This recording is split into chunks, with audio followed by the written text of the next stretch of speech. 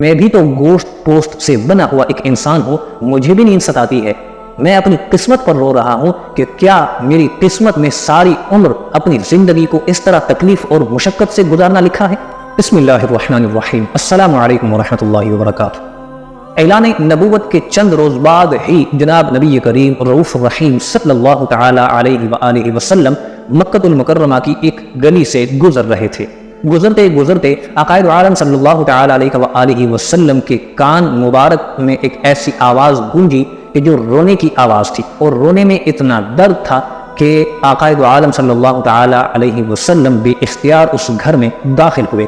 جیسے ہی نبی کریم صلی اللہ تعالی علیہ وآلہ وسلم اس گھر میں تشریف لے گئے تو چکی پر بیٹھے ہوئے ایک کالے شخص کو دیکھا جو زارو قطار رو رہا تھا، اور وہ شخص حبشہ سے معلوم ہوتا تھا۔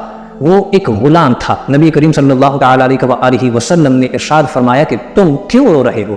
اس غلام نے کہا کہ میں ایک یہودی کا غلام ہوں، اور میں سارا دن اس یہودی کی بکریاں چراتا ہوں۔ جیسے ہی تھک کر شام کو گھر آتا ہوں، یہ یہودی ایک پوری بوری میرے سامنے رکھ دیتا ہے، اور میں اس کو پیسنے لگ جاتا ہوں، اور پیستے ساری رات گزر جاتی ہے۔ مجھے سونے کا وقت نہیں ملتا۔ اگلے دن پھر مجھے وہی بکریوں والی ڈیوٹی سونپ دی جاتی ہے۔ میں بھی تو انسان ہوں، میں بھی تو گوشت پوست سے بنا ہوا ایک انسان ہوں، مجھے بھی نیند ستاتی ہے۔ میں اپنی قسمت پر رو رہا ہوں کہ کیا میری قسمت میں ساری عمر اپنی زندگی کو اس طرح تکلیف اور مشقت سے گزارنا لکھا ہے۔ عقائد عالم صلی اللہ تعالی علیہ وآلہ وسلم نے ارشاد فرمایا کہ میں آپ کے مالک سے کہہ کر آپ کی مشقت تو کم نہیں کروا سکتا، لیکن میں آپ کی مدد ضرور کر سکتا ہوں۔ تم سو جاؤ، میں تمہاری جگہ چکی پیس دیتا ہوں، تمہاری جگہ ڈیوٹی کر دیتا ہوں، تم آرام کر لو۔ غلام بہت خوش ہوا، وہ سو گیا۔ عقائد عالم صلی اللہ تعالی علیہ وآلہ وسلم ساری رات اس غلام کی جگہ بیٹھ کر چکی پیستے رہے۔ جب گندم ختم ہوئی تو چھپکے سے خاموشی کے ساتھ عقائد عالم صلی اللہ تعالی علیہ وآلہ وسلم اپنے گھر تشریف لے گئے۔ اگلی رات پھر جناب نبی کریم صلی اللہ تعالی علیہ وآلہ وسلم اس غلام کے پاس پہنچے۔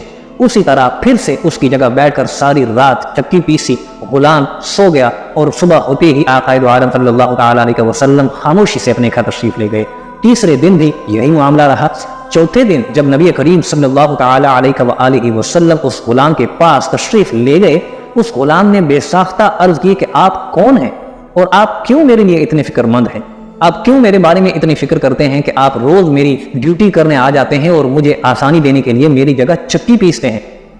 تو عقائد عالم صلی اللہ تعالی علیہ وآلہ وسلم نے ارشاد فرمایا کہ میں تو بس صرف آپ کی خیرخواہی کے لیے آتا ہوں تاکہ تمہیں آرام اور سکون ملے، اور میں تمہاری جگہ ڈیوٹی کر دوں۔ تو اس غلام نے کہا کہ ہم غلاموں کی زندگی سے نہ تو کسی کو ڈر ہوتا ہے، نہ کسی کو کوئی خوف ہوتا ہے، اور نہ ہی کسی کو ہماری ذات سے کوئی فائدہ مل سکتا ہے۔ ہم کسی کی نیکی کا بدلہ نہیں چکا سکتے۔ عقائد عالم صلی اللہ تعالی علیہ وآلہ وسلم نے ارشاد فرمایا کہ تمہیں کسی کی نیکی کا کوئی بدلہ نہیں چکانا، میں تمہاری خیرخواہی کی خاطر آتا ہوں، تو میں سوچتا ہوں کہ تمہاری تکلیف کم ہو جائے، تم آرام کرو، میں تمہاری جگہ چکی پیس دیتا ہوں۔ اس غلام نے کہا کہ آپ آخر ہیں کون؟ عقائد عالم نور مجسم صلی اللہ تعالی علیہ وآلہ وسلم نے ارشاد فرمایا کہ کیا تم نے نہیں سنا کہ مکہ المکرمہ میں ایک شخص نے نبوت کا دعویٰ کیا ہے، وہ اپنے آپ کو اللہ کا نبی کہتا ہے؟ اس غلام نے کہا کہ ہاں میں نے سنا ہے کہ ایک محمد نام کا شخص ہے جو خود کو اللہ کا نبی کہتا ہے۔ تو عقائد عالم نور مجسم صلی اللہ تعالی علیہ وسلم نے ارشاد فرمایا کہ میں ہی وہ محمد ہوں، اور میں ہی اللہ تبارک و تعالی کا نبی ہوں۔ غلام بے ساختہ عرض کرنے لگا کہ آپ ہی اگر نبی ہیں تو مجھے فوراً سے کلمہ پڑھا دیجئے، کیونکہ ایک نبی ہی غلاموں پر مہربان ہو سکتا ہے۔ ایک نبی کی ذات ہی مشفق اور مہربان ہو سکتی ہے کہ جو اپنے غلاموں کے لیے اتنی فکر مند ہوتی ہو۔ نبی کریم صلی اللہ تعالی علیہ وآلہ وسلم نے انہیں کلمہ پڑھا کر مسلمان بنا دیا، اور پھر دنیا نے دیکھا کہ اس غلام نے دین اسلام کی خاطر اور محبت مصطفیٰ صلی اللہ تعالی علیہ وآلہ وسلم کی خاطر اتنی مشکلیں برداشت کی، اتنی مصیبتیں برداشت کی، اتنی مشقتیں اور تکلیفیں اٹھائیں کہ قیامت تک آنے والوں کے لیے مثال بن کر رہ گئے۔ اس غلام کو آج دنیا والے حضرت بلال حبشی رضی اللہ تعالی عنہ کے نام سے جانتے ہیں۔ حضرت بلال حبشی رضی اللہ تعالی عنہ نے عشق مصطفیٰ صلی اللہ تعالی علیہ وآلہ وسلم نے کس قسم کی مشکلیں، کس قسم کی مصیبتیں، مشقتیں اٹھائیں، یہ ہم اندازہ بھی نہیں لگا سکتے، لیکن وہ اپنے ایمان پر قائم رہے، محبت مصطفیٰ صلی اللہ تعالی علیہ وسلم پر قائم رہے۔ آج دنیا والے ان کا نام عزت اور احترام کے ساتھ لیتے ہیں۔ حضرت بلال حبشی رضی اللہ تعالی عنہ کو یہ مرتبہ، یہ مقام جناب نبی کریم صلی اللہ تعالی علیہ وسلم کے نالین مبارک سے ملا، اور پھر حضرت بلال حبشی رضی اللہ تعالی عنہ نے ان کی غلامی کا حق ادا کر دیا، اپنے نبی کریم صلی اللہ تعالی علیہ وسلم کا امتی ہونے کا حق ادا کر دیا۔ حضرت بلال حبشی رضی اللہ تعالی عنہ کی زندگی سے ہمیں کیا سبق ملتا ہے کہ اگر آپ عشق مصطفیٰ صلی اللہ تعالی علیہ وسلم کا دعویٰ کرتے ہیں تو اس میں اپنے آپ کو سچا کر کے دکھائیں، اس میں آپ کتنے سچے ہیں یہ ثابت کریں۔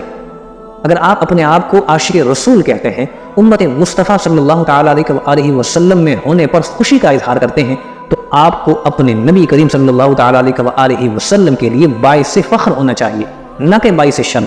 ہم نے اپنے نبی کریم صلی اللہ تعالی علیہ وسلم کی ذات کو شرمندہ کر کے رکھ دیا ہے۔ دنیا جہان کے گناہ ہماری ذات میں پائے جاتے ہیں، دنیا جہاں کے عیب ہماری ذات میں پائے جاتے ہیں۔ ایک مسلمان ہو کر ہم ہر قسم کے گناہ کا ارتکاب کر لیتے ہیں، ایک مسلمان ہو کر ہم ہر قسم کے غلط کام میں ملوث ہوتے ہیں۔ ہمارا کردار اتنا داغدار ہو چکا ہے کہ کوئی بھی غیر مسلم ایک مسلمان کے اوپر اعتماد نہیں کرتا۔ کوئی بھی غیر مسلم کسی مسلمان کی زندگی کو دیکھ کر آج ایمان لانے کا اہل نہیں ہو سکتا۔ کیوں کہ مسلمان کا کردار اتنا گر چکا ہے، مسلمان کا کردار اتنا داغدار ہو چکا ہے کہ کوئی بھی غیر مسلم دین اسلام کی طرف آنے کے لیے تیار نہیں۔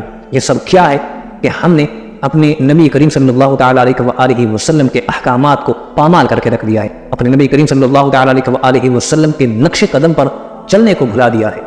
آئیے آج عہد کریں اپنے رب سے، اے رب العالمین ہمیں اپنے نبی کا سچا پکا امتی بننے کی توفیق عطا فرما۔ یا رب العالمین ہمیں اپنے گناہوں پر ندامت کی توفیق عطا فرما۔ یا رب العالمین ہمیں اپنے نبی کریم صلی اللہ تعالی علیہ وسلم کے لیے باعث فخر بننے کی توفیق عطا فرما۔ آمین۔